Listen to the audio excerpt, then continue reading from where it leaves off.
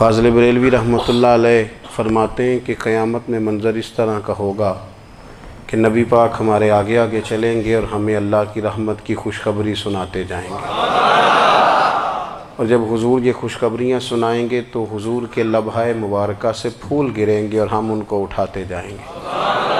فرماتے ہیں خود تو وہ تھوڑی دیر کے لیے روئیں گے اللہ کی بارگاہ میں کہ یا اللہ انہیں معاف کر دے، خود روئیں گے لیکن ہمیں ہنسا دیں گے۔ پیش حق مجدہ شفاعت کا سناتے جائیں گے، آپ روتے جائیں گے پر ہم کو ہنساتے جائیں گے۔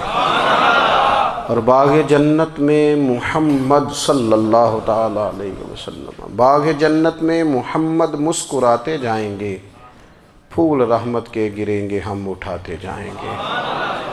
حشر تک ڈالیں گے ہم پیدائش مولا کی دھوم، اور مثل فارس نجد کے قلعے گراتے جائیں گے۔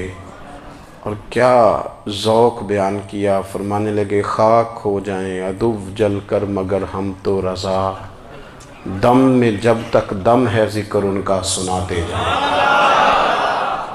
جب تک سانسوں کی ڈوری چل رہی ہے، دم میں جب تک دم ہے ذکر ان کا سناتے جائیں گے۔ اللہ تبارک و تعالیٰ نے ہمارے محبوب کریم علیہ السلام کو دنیا میں بھیجا تو فرمایا یا ایھا الناس قد جاءکم برہان من ربکم، اے لوگو تمہارے پاس تمہارے رب کی دلیل آ گئی ہے۔ اللہ تبارک و تعالیٰ نے محبوب پاک علیہ السلام کو سراپا دلیل بنا کے بھیجا۔ باقی انبیاء کرام علیہم السلام کے پاس بھی اپنی نبوت کے دلائل کے طور پر بے شمار معجزات تھے، اور حضور کریم علیہ السلام کے تو پورے وجود کو ہی اللہ نے معجزہ بنایا ہے۔ اور نبی پاک صلی اللہ تعالیٰ علیہ وآلہ وسلم کی نبوت کی دلیلیں، حضور کے رسالت کے مستحکم دلائل جگہ جگہ آپ کو ملیں گے۔ سب سے پہلی چیز تو یہ سمجھنے والی ہے کہ نبی پاک علیہ السلام نے جس چیز کو سب سے پہلے اپنی نبوت کی دلیل کے طور پر بیان فرمایا وہ حضور کا کردار ہے، سیرت ہے، عمل ہے، حضور کا لوگوں کے ساتھ رویہ ہے۔ نبی پاک علیہ السلام کی تبلیغ کے 3 دور ہیں۔ ایک تو حضور نے اپنے قول سے تبلیغ فرمائی ہے، وہ 40 سال کی عمر سے محبوب نے اعلان فرمایا اور تبلیغ کی۔ اور ایک نبی پاک صلی اللہ تعالیٰ علیہ وسلم بالواسطہ حضور کی تبلیغ ہے جو آج تک جاری ہے۔ امت کے علماء، مشائخ، مبلغین حضور کے دین کو آگے پھیلا رہے ہیں، تو دراصل یہ بھی تبلیغ رسول پاک علیہ السلام ہی کی تبلیغ۔ اور ایک حضور کی تبلیغ کا دور ہے، حضور کی پیدائش سے لے کر ولادت مبارکہ سے لے کر حضور علیہ السلام کے اعلان نبوت تک۔ اس دوران نبی پاک نے جو تبلیغ فرمائی ہے وہ اپنے کردار سے فرمائی ہے۔ عرب کا وہ معاشرہ جو بڑا میلا کچیلا گدلا ہو چکا تھا، جس کے اندر سراسر مادہ پرستی کا زور تھا، جس کے اندر لوگ انسانوں کی خرید و فروخت کرتے تھے، جس کے اندر بیٹیوں کو زندہ دفن کر دیتے تھے، جس کے اندر جو آدمی جتنا زیادہ مضبوط ہوتا تھا اتنا زیادہ لٹیرا بن جاتا تھا، اس معاشرے کے اندر رسول کریم علیہ السلام نے 40 سال گزارے، اور اس طرح گزارے کہ جو بیگانے بھی تھے وہ بھی کہا کرتے تھے یہ صادق ہیں، یہ امین ہیں۔ اور جب حضور نے اعلان نبوت کیا تو فرمایا، یہ قرآن مجید کے لفظ ہے، فرمایا فَقَدْ لَبِثْتُ فِيكُمْ عُمَرًا مِّن قَبْلِهِ أَفَلَا تَعْقِلُونَ، میں تمہارے بیچ عمر کا ایک حصہ گزار چکا ہوں، تمہیں عقل نہیں ہے، شعور نہیں ہے۔ نبی کریم علیہ السلام نے اپنے کردار کو، اپنے عمل کو اپنی نبوت کی دلیل کے طور پر بیان فرمایا۔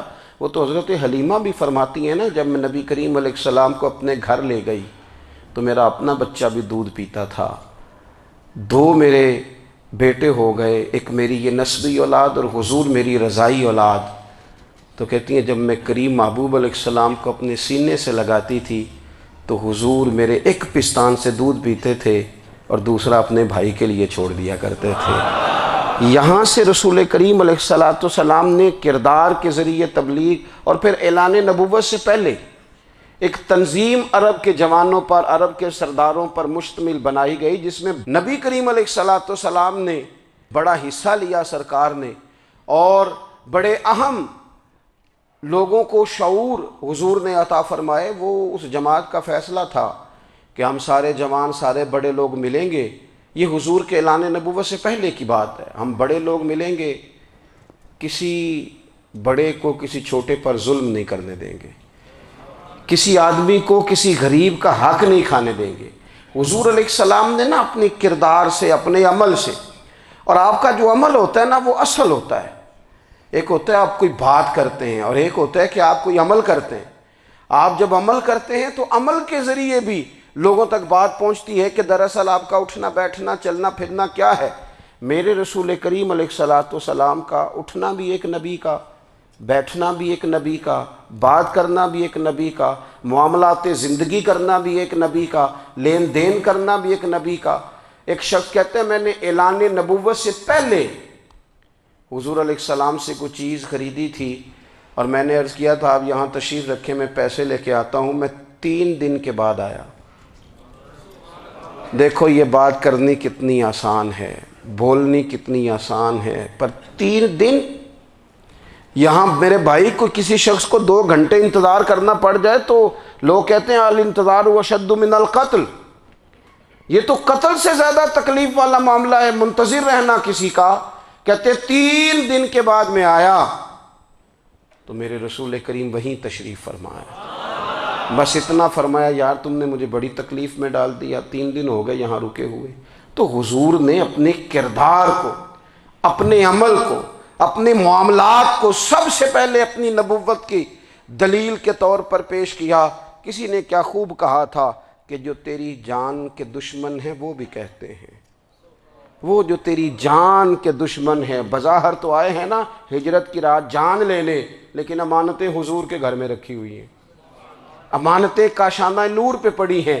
وہ جو تیری جان کے دشمن ہیں وہ بھی کہتے ہیں کہ امین تو ہے اور صداقت کی آبرو تو ہے، امین بھی تو ہے، صداقت کی آبرو تو ہے۔ تو پہلے کردار، پھر دوسری بات، اللہ تعالیٰ نے اپنے محبوب علیہ الصلاۃ والسلام کو اپنا مطلق نائب بنا کر، اپنا محبوب اعظم بنا کر، ویسے ہی سارے انسانوں کے بارے میں کہا وَإِذْ قَالَ رَبُّكَ لِلْمَلَائِكَةِ إِنِّي جَاعِلٌ فِي الْأَرْضِ خلیفہ، میں زمین میں اپنا نائب بنانے والا ہوں۔ لیکن حضور علیہ السلام تو محبوب ہے نا، حضور کی نیابت تو محبوبیت کے درجے پر فائز ہے۔ تو رسول پاک کو رب کریم نے اس طرح کا بنا کے بھیجا کہ حضرت عبداللہ ابن رواحہ رضی اللہ تعالیٰ عنہ بیان فرماتے ہیں کہ اگر حضور کوئی معجزہ نہ بھی دکھاتے، نبی کریم علیہ السلام سے کوئی اعجاز لوگ نہ بھی دیکھتے، تو محبوب کا تو چہرہ ہی اس طرح کا تھا، لوگوں نے دیکھتے جانا تھا اور کلمہ پڑھتے جانا تھا۔ لیکن باوجود اس کے میرے رسول پاک کا اعجاز یہ ہے، کمال یہ ہے کہ حضور کبھی اشارہ کر دیں تو چاند 2 ٹکڑے ہو جائے، کبھی دعا مانگ دیں تو ڈوبا ہوا سورج واپس آ جائے، کبھی محبوب گزرنے لگیں تو پتھر آپ پر سلام پڑے، کبھی حضور پہاڑ پر چڑھ جائیں تو پہاڑ وجد میں آ کر جھومنے لگیں، محبوب کا کبھی نماز پڑھاتے ارادہ بن جائے تو اللہ تعالیٰ قبلے کا رخ ہی تبدیل فرما دے۔ کیا خوبصورت سوچ ہے اور کیا نظریہ دیتے ہیں بریلی کے امام۔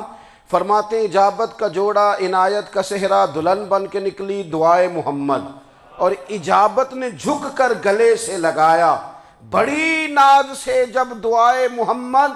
دیکھو خدا کی رضا چاہتے ہیں دو عالم، خدا چاہتا ہے رضائے محمد صلی اللہ تعالی علیہ وسلم۔ اور ایک مقام پہ فرماتے ہیں نائب دست قدرت پہ لاکھوں سلام، نائب دست قدرت پہ لاکھوں سلام۔ تو اللہ تعالیٰ نے نبی پاک صلی اللہ تعالی علیہ وسلم کو جو اعجاز۔ پھر ایک اور بات، حضور امی ہیں،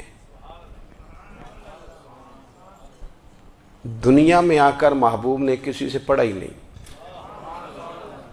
میرے محبوب نے جتنا پڑھا ہے رب کریم سے ہی پڑھا ہے۔ الرحمن علم القرآن خلق الانسان، رحمان نے قرآن سکھایا پھر انسان بنایا۔ اللہ تبارک و تعالیٰ کی بارگاہ کرم سے حضور نے لیا۔ رسول کریم امی ہیں، یہ بھی حضور کی نبوت پر ایک بڑی دلیل۔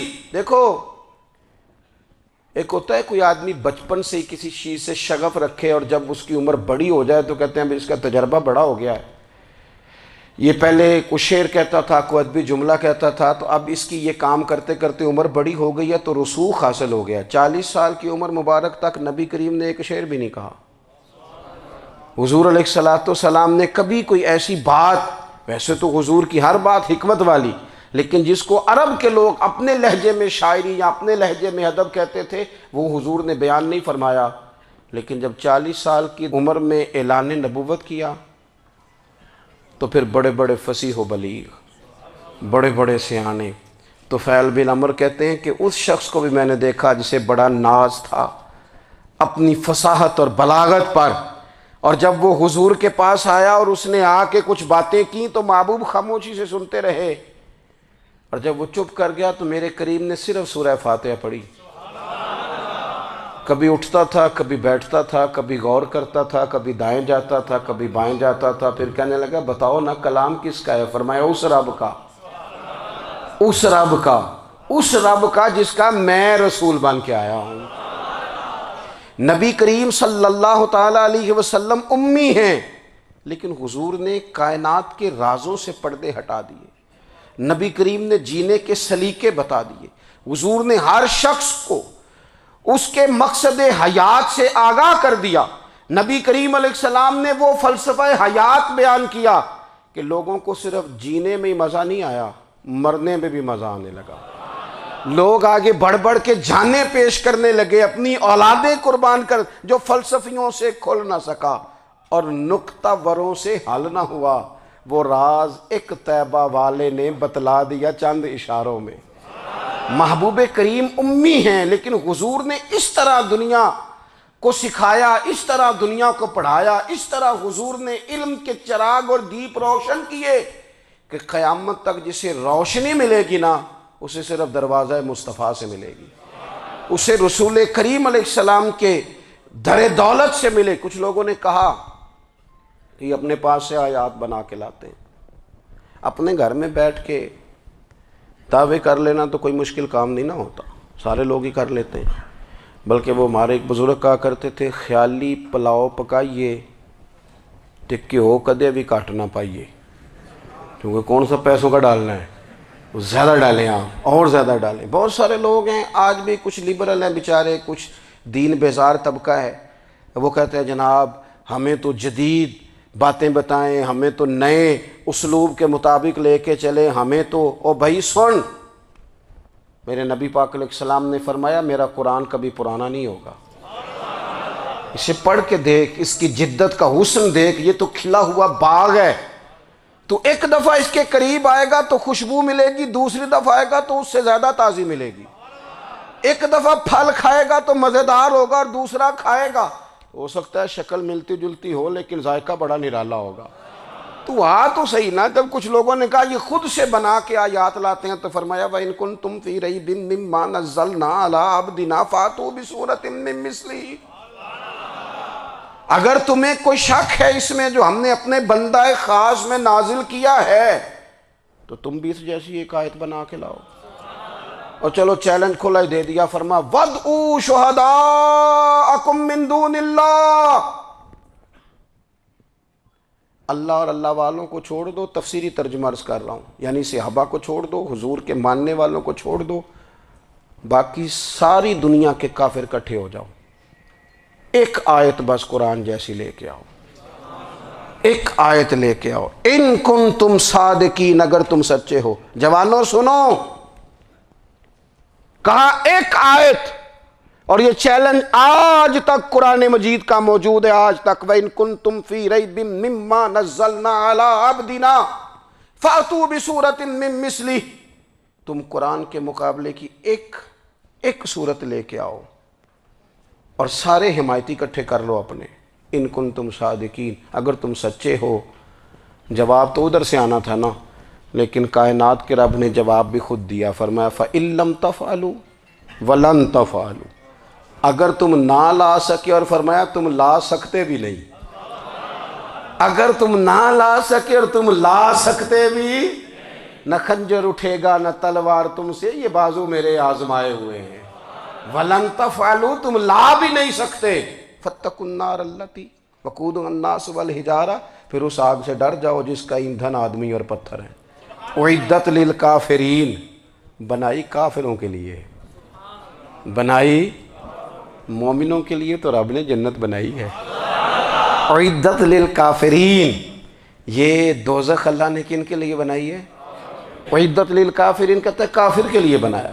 تو اللہ تبارک و تعالیٰ نے میرے رسول پاک صلی اللہ تعالیٰ علیہ وسلم کو وہ کتاب عطا فرمائی، اور پھر حضور کی فصاحت و بلاغت، معرفت۔ دیکھو ایک ہوتا ہے گھنٹوں باتیں کرنا، ایک ہوتا ہے کئی والیم پر مشتمل، کئی جلدوں پر مشتمل کتب کا لکھنا، اور ایک ہوتا ہے کسی بندے کا ایک بات کرنا اور سامنے والے کی طبیعت کو اتنا جگا دینا کہ اگلی بات فوراً ہی اس کی سمجھ میں آ جائے۔ اور حضور نہ کسی کی انا کو نہیں جگاتے تھے۔ ہم بعض اوقات کسی سے خطاب کرتے ہیں، بات کرتے ہیں تو سامنے والے کی انا کو جگا دیتے ہیں، ٹھیس پہنچاتے ہیں، وہ کہتا ہے چل پھر تگڑا ہو جا میں بھی آیا۔ حضور انا نہیں جگاتے تھے، میرے نبی پاک ضمیر جگاتے تھے تاکہ وہ شخص فیض حاصل کر سکے، اسے کچھ ملے۔ نبی کریم کا جو انداز تکلم ہے وہ اس طرح کا ہوتا تھا کہ انسان خود بخود کھل اٹھتا تھا کہ مطلب یہ بات ہونے کیا لگی ہے، مطلب حضور کیا فرمانے لگے۔ نبی کریم صلی اللہ تعالیٰ علیہ وسلم، ایک دن محبوب کریم نے صحابہ کے بیچ حضور کی فصاحت و بلاغت دیکھے، فرمایا محبوب نے کتنا نادان ہے وہ شخص جو اپنے ماں باپ کو گالی دے۔ کھلی ہو گئی لوگوں کی آنکھیں، کان کھڑے ہو گئے کہ یا رسول اللہ کون ایسا بدبخت ہے جو ماں باپ کو گالی دے گا۔ اب جب سوالات ذہنی سطح پر پوری طور پر ابھر گئے نا، تو اب رسول کریم نے بات سمجھائی۔ یہ ہے فصاحت و بلاغت، تیرے آگے ہیں یوں دبے لچے فصحاء عرب کے بڑے بڑے، کوئی جان منہ میں زبان نہیں بلکہ جسم میں جان نہیں۔ یا رسول اللہ کون ایسا نالائق ہے جو ماں باپ کو گالی دے؟ اب جب ذہنی سطح یہاں تک ابھر آئی تو اب حضور نے سمجھایا، فرمایا جب تم کسی کے ماں باپ کو گالی دو گے نا تو وہ بھی تو جواب میں تمہارے ماں باپ کو دے گا نا، تو فی نفس ہی یہ تم نے خود ظلم کیا ہے اپنے ماں باپ پر۔ کیوں تم نے ایسا لہجہ اختیار کیا کہ جس سے سامنے والے کی انا جاگ جائے اور وہ تمہارے مقابلے میں آ کر کے کھڑا ہو جائے؟ کیوں تم نے اس طرح کے انداز اختیار کیے کہ جس سے سامنے والا بھی سارے پنجے کھڑے کر کے باہر نکل آئے اور کہے آ جاؤ پھر میں بھی میدان میں حاضر ہوں؟ رسول کریم کی فصاحت، بلاغت دیکھیں نا، حضور 2-4 جملوں میں ساری بات سمجھا جاتے ہیں۔ ایک حدیث پاک اگر ہماری سمجھ میں آ جائے، ایک روایت نبی پاک صلی اللہ تعالیٰ علیہ وسلم نے فرمایا خوبصورت مسلمان وہ ہے جو بے مقصد باتوں کو چھوڑ دے۔ لو اس سے پوری زندگی سجائی جا سکتی ہے، ایک جملے سے پوری زندگی سواری جا سکتی ہے، کوئی لمبی چوڑی باتوں میں جانے کی ضرورت نہیں۔ کہا خوبصورت مسلمان یہ ہے جو بے مقصد باتوں کو چھوڑ دے، لا یعنی باتوں کو، کیا کہتے ہیں ہمارے دیہات کے لوگ، جڑے پنڈ جانا نہیں ادھر راہ پوچھنے دی۔ لیکن آج کل لوگ باز آندے، یعنی جس بات کا بالکل تعلق نہیں نا وہ بات بھی کرتے جاتے ہیں، جس کا شعبہ ہی نہیں وہ بھی چھلانگ لگا کے اس میں آ جاتا ہے۔ ہم اپنا وقت ضائع کرتے ہیں، اپنی صلاحیتیں ضائع کرتے ہیں، اپنا نقصان کرتے ہیں۔ ہم اپنا کام صحیح کر کے نہیں کرتے اور دوسری ساری دنیا کو ٹھیک کرنا چاہتے ہیں۔ او بھائی آپ جس جگہ جس شعبے سے تعلق رکھتے ہیں آپ اپنے معاملات میں مضبوطی پیدا کریں۔ حضور نے اپنی فصاحت کے ساتھ، بلاغت کے ساتھ لوگوں کو قائل کیا، اور قرآن مجید کی تاثیر کا یہ اثر میرے کریم رسول نے دکھایا کہ رات کو جب حضور بیٹھ کے قرآن پاک پڑھتے تھے نا، جب یاسین والے نبی خود یاسین کی تلاوت کریں، جب طٰہٰ والے محبوب خود طٰہٰ کی تلاوت کریں، غور کرو نا جب مدثر والے محبوب خود ان جملوں کو ادا کریں، یعنی جن کے بارے میں آیت آئی ہے جب وہی یہ آیت پڑھیں کہ اِنَّا أَعْطَيْنَاكَ الْكَوْثَرَ، یعنی جن کا ذکر ہو رہا ہے جب وہ یہ بات کریں کہ یا ایھا النبی انا ارسلناک شاہدا ومبشرا ونذیرا لتؤمنوا باللہ ورسولہ وتعزروہ وتوقروہ وتسبحوہ بکرۃ واصیلا، جن کے بارے میں آیت آئی ہے جب وہ یہ کہہ رہے ہوں کہ ورفعنا لک ذکرک، جب وہ کہہ رہے ہوں والضحیٰ واللیل اذا سجا، ذرا اس کیفیت کو دیکھیں جب محبوب خود پڑھ رہے ہوں، اور جو حضور پر آئی ہیں اس کا ذائقہ، اس کا لطف، اس کا انداز بھلا کیا ہوگا۔ حضور جب رات کو پڑھتے تھے نا قرآن پاک، تو جو پکے کافر تھے نا، ابو جہل جیسے لوگ، وہ بھی جھاڑیوں میں چھپ چھپ کے مدینے والے کی تلاوت سنا کرتے تھے، حضور کی تلاوت سنا کرتے تھے۔ یہی بہتر ہے کہ پردوں میں وہ پردہ پوش رہے، وہ اگر پردے ہٹا دے تو کسے ہوش رہے۔ رسول کریم علیہ السلام کی تلاوت کا سننا، قریب جانا، یہ اعجاز ہے۔ حضرت فاروق اعظم کہتے ہیں میں طبیعت کا بڑا ڈاڈا تھا، مزاج کا بڑا سخت تھا، زندگی ہمیشہ ڈٹ کر گزاری، باتوں پر کھڑا رہنا آتا تھا، پر جب میری بہن نے مجھے چند آیتیں سنائی نا تو میں تڑپ ہی گیا۔ کروں آیا سا مار مقامنے نو، ہن مینو مار دے لے چلو، اوے متے عمر دی عمر برباد ہو جائے جتھے عمر سوار دے لے چلو۔ یہ اعجاز ہے رسول کریم صلی اللہ تعالیٰ علیہ وسلم پر نازل ہونے والی کتاب کا۔ پھر حضور نے خبریں دی، نبی پاک نے خبریں دی۔ حضور نے فرمایا روم فتح ہوگا، وہ ہوا۔ نبی کریم علیہ السلام نے فرمایا شام فتح ہوگا، تو شام فتح ہوا۔ فرمایا ایران فتح ہوگا، تو ایران فتح ہوا۔ سراقہ بن مالک کہتے ہیں ایک گاؤں پر بھی مسلمانوں کی حکومت نہیں تھی، ایک گاؤں پر۔ حضور مکہ مکرمہ سے نکل رہے تھے، مدینہ طیبہ تشریف لے جا رہے تھے، ابھی راستے میں تھے، میں 100 سرخ اونٹوں کے لالچ میں معاذ اللہ حضور کو گرفتار کرنے پہنچ گیا۔ محبوب نے حکم دیا، حضور کا معجزہ میں نے آنکھوں سے دیکھا، میرا گھوڑا زمین میں دھستا چلا گیا، میں نے معافی مانگی، حضور نے معاف کر دیا۔ میں نے سمجھا اچانک ہو گیا ہے۔ یہ منوانا بھی بڑا مشکل کام ہے۔ شجر و حجر پہچان گئے، انسان کی نظروں میں شاکی رہا۔ یہ کچھ ایسے لوگ ہیں جن کو منوانا توبہ توبہ، ماننے کو تیار نہیں، دیکھ دیکھ کے بھی ماننے کو تیار ہے نہیں، ماننے کو تیار ہی نہیں۔ کہتے ہیں کہ میں نے پھر چاہا آگے بڑھنا، تو پھر زمین کے اندر میرے گھوڑے کے پیر دھنسنے لگے، پھر معافی مانگی۔ کریم تیرے معاف کرنے کی ادا پہ بھی قربان جائیں۔ یہ نہیں فرمایا کہ تو بار بار یوں ہی کرتا ہے، فرمایا معافی مانگتا ہے، جا میں نے معاف کیا۔ کہتے ہیں 3 دفعہ میں آگے بڑھا، 3 دفعہ حضور نے معاف کیا، تو مسکرا کے فرمانے لگے تو یہاں مجھے گرفتار کرنے آیا ہے، وہ کیسر روم کا علاقہ فتح ہوگا۔ وہ کنگن جو پہنتا ہے نا ہاتھوں میں، بادشاہ کے کنگن معروف ہیں، وہ تیرے ہاتھوں میں آئیں گے۔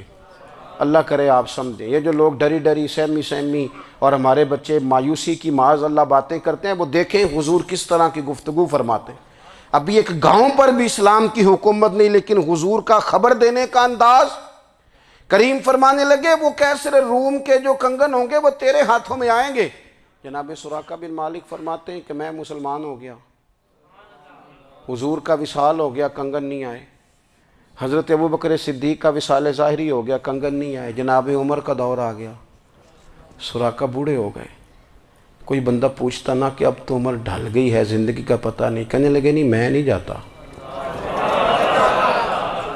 جب تک کنگن نہیں آتے اسرائیل کوئی نہیں آئیں گے، کیونکہ ساڈے نبی دی زبان ساڈے واسطے قرآن۔ جو دن کو کہہ دیا دن ہے تو دن نکل آیا، جو شب کو کہہ دیا شب ہے تو رات ہو کے رہی، اور خدا نے ان کی زبان کو وہ اختیار دیا، جو نکلی منہ سے ان کے وہ بات ہو کے رہی۔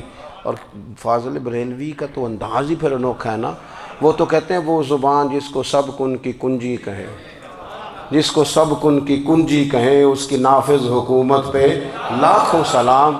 کہنے لگے نہیں آتے حضرت اسرائیل، فکر نہ کرو، بوڑھے ہو گئے تھے، نکلنا گھر سے بند کر دیا تھا، حضرت عمر کا دور تھا، کنگن آ گئے۔ حضرت فاروق اعظم نے ان کے پوتوں سے، نواسوں سے، بچوں سے کہا جاؤ بلا کے لاؤ، کہا دادا جان بوڑھے ہیں، فرمایا تم کان میں کہہ دینا کنگن آ گئے، پھر تم دیکھنا تو صحیح۔ پھر حضرت سراقہ آئے، حضور نے جو خبریں دیں، نبی پاک علیہ السلام نے جو گزشتہ قوموں کے احوال بیان کیے، اور پھر میرے نبی پاک علیہ السلام نا دنیا میں عزتیں دینے آئے، عزتیں۔ یہ مزاج ہمیں کم کرنا چاہیے، یہ جو ہم ساری زندگی اس کام میں لگا دیتے نا، کسی کو نیچا کیسے دکھانا ہے، یہ انداز حضور نے نہیں ہمیں دیا۔ اب دیکھو حضور تشریف لائے تو ہمیں پتہ چلا کہ حضرت یوسف جیسا سونا کوئی نہیں، حضور تشریف لائے تو ہمیں پتہ چلا کہ حضرت داؤد جیسی خوبصورت آواز کسی کی نہیں، حضور تشریف لائے تو ہمیں پتہ چلا کہ جناب عیسیٰ علیہ السلام کا فقر اختیاری کس طرح کا تھا، محبوب تشریف لائے تو ہمیں پتہ چلا کہ حضرت موسیٰ کا جلال کس طرح کا تھا۔ یہ تو حضور آئے تو نبی پاک علیہ السلام نے اس کی بھی عظمت بیان کی، اس کی بھی شان بیان کی، حضور نے بتایا کہ ابو بکر صدیق کی شان کیا ہے، فاروق اعظم کا مرتبہ کیا ہے، عثمان غنی کی حیا کیا ہے، مولا علی کی شجاعت کیا ہے، اہل بیت نبوت کی عظمت کیا ہے۔ حضور آئے عزتیں دینے، ماں کو عزت دی مدینے والے رسول نے، کہا جس کا باپ راضی ہو گیا اس کا رب راضی ہو گیا، فرمایا جو 2 بیٹیاں 3 بیٹیاں 4 بیٹی بہنیں یا 1 بیٹی یا بہن بیاہ کے آ گیا نا، اس طرح میری 2 انگلیاں جڑی ہوئی ہیں، میرے ساتھ جڑ کے جنت میں جائے گا۔ رسول کریم صلی اللہ تعالی وسلم نے عزت دی، حضور عزتیں دینے، کوئی اعزاز نہیں، ان پڑھ بندہ ہے، سادہ ہے، غریب ہے، مزدوری کرتا ہے، ہاتھوں پہ چھالے، یا رسول اللہ اس کا بھی کوئی اعزاز ہے؟ قربان جائیں، میرے کریم نے عزت دی، فرمایا محنت کر کے روزی کمانے والا تو اللہ کا دوست ہے، یہ اینٹیں اٹھانے والا، یہ مشقتیں کرنے والا، یہ صبح دیہڑی پہ جانے والا، یہ بیچارہ جو اچار سے روٹی کھاتا ہے، تو نے ہر شخص کی قسمت میں یہ عزت لکھی اور آخری خطبے کی صورت میں وصیت لکھی۔ رسول کریم نے ہر بندے کو اعزاز دیا، عظمتیں دی، حضور عزتیں دینے آئے، نبی پاک علیہ السلام نے اعزازات دیے، حضور نے نوازا، یہ ساری چیزیں میرے رسول پاک کی تشریف۔ اور پھر یہ جو حضور کے صحابہ اور اہل بیت ہیں نا، یہ بھی میرے نبی پاک کی نبوت کی دلیل ہے۔ اتنی جلدی انقلاب آیا نہیں کرتے، وہ کل تک جو رہزن تھے حضور نے راہبر بنا دیے، وہ لوگ جو کل تک ایک دوسرے کے گلے کاٹ کے کھاتے تھے، ایک دوسرے کو مارتے تھے، تکلیف پہنچاتے تھے، برادری ازم پہ لڑتے تھے، حضور نے بھائی بھائی بنا دیے، ایک پلیٹ میں کھانا کھانے لگے، سیدنا بلال حبشی، صہیب رومی، سلمان فارسی، حضور نے یوں کر کے ملا دیا۔ نبی کریم علیہ السلام نے تقسیمیں ختم کر دی دنیا میں، حضور کے صحابہ نے اپنا کردار اس طرح کا دکھایا، اتنا بلند کیا، اور صحابہ کرام علیہم رضوان اس کو دیکھ کر اتنی بلندیوں پہ گئے کہ گواہیاں اللہ کا قرآن دیتا ہے، فرمایا محمد الرسول اللہ والذین معہ اشداء علی الکفار رحماء بینہم تراہم رکعا سجدا یبتغون فضلا من اللہ ورضوانا۔ فرمایا یہ جو میرے محبوب کے ساتھ والے ہیں کافروں پر سخت ہیں، آپس میں نرم دل ہیں، تم جب بھی انہیں دیکھو گے سجدے کرتے دیکھو گے، رکوع کرتے دیکھو گے، تم انہیں دیکھو گے اللہ کی رضا کے متلاشی ہیں۔ انہیں ساری مادہ پرستی سے نکال کر محبوب نے رب کی رضا کے رستے پہ ڈال دیا۔ میرے نبی کریم سید عالم صلی اللہ تعالیٰ علیہ وسلم کی نبوت کے دلائل کے طور پر یہ ساری چیزیں آئیں۔ بس میں بات سمیٹنے لگا ہوں، حضور کا جو اخلاق ہے نا، وہ بھی نبی کریم علیہ السلام کی نبوت کی بہت بڑی دلیل ہے۔ وَإِنَّكَ لَعَلَىٰ خُلُقٍ عَظِيمٍ، محبوب ہم نے آپ کو نا خلق عظیم کا مالک بنایا ہے۔ کچھ لوگ سمجھتے ہیں صرف آپ کا بولنے کا انداز ٹھیک ہو تو آپ با اخلاق ہیں، نہیں بھائی، بولنے کا انداز ٹھیک ہونا با اخلاق نہیں، سچ بولنا اخلاق کی علامت ہے۔ آپ کا حق بات کرنا اخلاق ہے، آپ کا صحیح گواہی دینا اخلاق ہے، آپ کا اللہ تعالیٰ کی طرف سے آزمائش آنے پر صبر کا مظاہرہ کرنا اونچا اخلاق ہے۔ رب نعمت دے تو آپ کا وجود ڈھلتا جائے شکر میں، یہ اخلاق ہے۔ رب کریم اگر آپ کو کسی وقت کسی آزمائش میں اپنی حکمت سے ڈالتا ہے تو عزت نفس کو برقرار رکھنا، خودداری کو برقرار رکھنا، یہ اخلاق۔ نبی پاک نے اعلیٰ ترین اخلاق کی بات بتائی، اعلیٰ ترین۔ حضور نے لوگوں سے بیعت لیتے وقت کہا تھا میرے ہاتھ پر بیعت کرو، چوری نہیں کرو گے۔ نبی پاک علیہ السلام نے مختلف امور پر بیعت لی۔ حضرت حکیم بن حزام کہتے ہیں حضور نے میرے ہاتھ پہ ہاتھ رکھ کے کہا میرے ہاتھ پہ ہاتھ رکھ کے بیعت کرو کہ کسی دنیا دار سے سوال نہیں کرو گے، خودداری سے زندگی گزارو گے، عزت نفس سے، جو رب نے تمہیں دیا ہے تم اس پر راضی رہو گے، لوگوں کی جیبوں کو ٹٹولنا، دوسروں کی دولتوں پہ راج کرنا، دوسروں کے مال پر نگاہیں ڈالنا اللہ کے حبیب نے پسند نہیں فرمایا۔ فرمایا بیعت کرو کہ تم کبھی کسی سے سوال نہیں کرو گے۔ حد ہو گئی، نبھانے والوں نے پھر اس عہد کو نبھایا اور کمال کر دی۔ حضرت حکیم بن حزام گھوڑے پہ بیٹھے تھے، ہاتھ میں درہ تھا، وہ زمین پہ گر گیا، قریب غلام کھڑا تھا، حضرت حکیم بن حزام خود گھوڑے سے اترے، درہ اٹھایا، دوبارہ گھوڑے پہ بیٹھے۔ غلام عرض کرنے لگا حضور مجھے بتا دیتے میں اٹھا کے دے دیتا۔ آنکھیں چمک اٹھیں، فرمانے لگے کیسے بتا دیتا؟ اپنے رسول سے وعدہ کیا ہے کبھی کسی سے سوال نہیں کروں گا، کبھی سوال نہیں کروں گا۔ اللہ کے محبوب نے ہمیں اعلیٰ اخلاقی قدروں کی بات ہمیں سکھائی ہے۔ ہم دیکھتے ہیں کہ بڑی جلدی 2 4 5 لوگوں کے غصہ دلانے پر ہم ساری اخلاقی حدوں کو کراس کر جاتے ہیں۔ دوستو ہمارا ایک ویژن ہونا چاہیے، ہمارے ذاتی رویے بڑے معتبر ہونے چاہیے، لین دین کے معاملات کے اندر مسلمانوں کو بڑا صاف ستھرا ہونا چاہیے۔ ہمیں اپنی معاشی زندگی میں روزمرہ کے معاملات میں ہماری توجہات کا مرکز صرف اللہ رسول کی ذات ہونی چاہیے۔ رب کریم نے اپنی حکمت سے کسی کو کتنا دیا ہے یہ اس کی حکمت کے تقاضے ہیں، ہمیں اس نے جس رنگ میں جس حال میں رکھا ہے ہمیں اپنے رب کی رضا پر بہت زیادہ مطمئن ہونا چاہیے۔ اچھا پھر ایک اور بات، جن چیزوں کو ہم نے دکھ بنایا ہے نا یہ تو وہاں دکھ تھا ہی نہیں، مہینہ مہینہ چولہا نہیں جلا، لیکن کسی جگہ اظہار غربت ہے حضور کی اولاد پاک کا یا صحاب کا یا ازواج کا، مہینہ مہینہ چولہا نہیں جلا۔ لیکن یہ اخلاق عالیہ کا حسن دیکھو، اپنے گھر مہینہ مہینہ چولہا نہیں جلا، جو مانگنے آیا اسے جھولی بھر کے عطا فرمایا، کوئی دروازے سے خالی نہیں گیا۔ عزیز بھائی اگر زندگی میں اخلاقی قدریں ہم اپنا لیں اور ہم تھوڑا تھوڑا کر کے اپنے آپ کو تبدیل کریں، ساری زندگی توجہ رہی کہ فلاں کیا کر رہا ہے فلاں کیا کر رہا ہے، تھوڑا سا گردن کو جھکا کے اپنے اوپر توجہ ڈالیں، اپنے آپ کو وقت دیں، حضور کے اخلاق عالیہ کی روشنی میں، تعلیمات حسنہ کی روشنی میں ہم اپنے کردار و عمل پر تھوڑی توجہ دیں۔ اس وقت بہت بڑی تعداد میں امت مسلمہ ہے، اور ایسا نہیں ہے کہ دولت نہیں ہے، دولت سے بھی سرشار ہیں، ہمارے ہاں بڑے بڑے انجینئر ہیں، بڑے بڑے ڈاکٹر ہیں، لیکچرار ہیں، ہمارے پاس بڑے بڑے ہاسپٹل ہیں، بڑا کچھ ہے، لیکن کردار و عمل کے بادشاہ، اپنی زندگی تقوی کی روشنی میں گزارنے والے ان لوگوں کی تعداد کم ہے۔ اگر کوئی آج بھی سارے کام نیک کرے لیکن جائیداد میں سے بیٹی کا حق رکھ جائے تو پھر اس نے کیا میلاد منایا ہے؟ اگر آج بھی جو 2 4 لوگ بیچارے اس کے زیر دست ہیں، ملازمین ہیں، ان کے ساتھ اس کا رویہ انتہائی سخت ہو تو اس نے کیا میلاد منایا؟ اگر آج بھی وہ برادری ازم کی بنیاد پر دوستیاں کرے اور چھوٹے بڑے کی وہ تقسیم رکھے، جسے حضور نے فرمایا کہ قبیلے تو تعارف کے لیے، ورنہ کسی عربی کو اجمی پر، گورے کو کالے پر کوئی فضیلت نہیں۔ اگر کوئی آج بھی اس برادری ازم کا قائل ہے پھر اس نے کیا میلاد منایا؟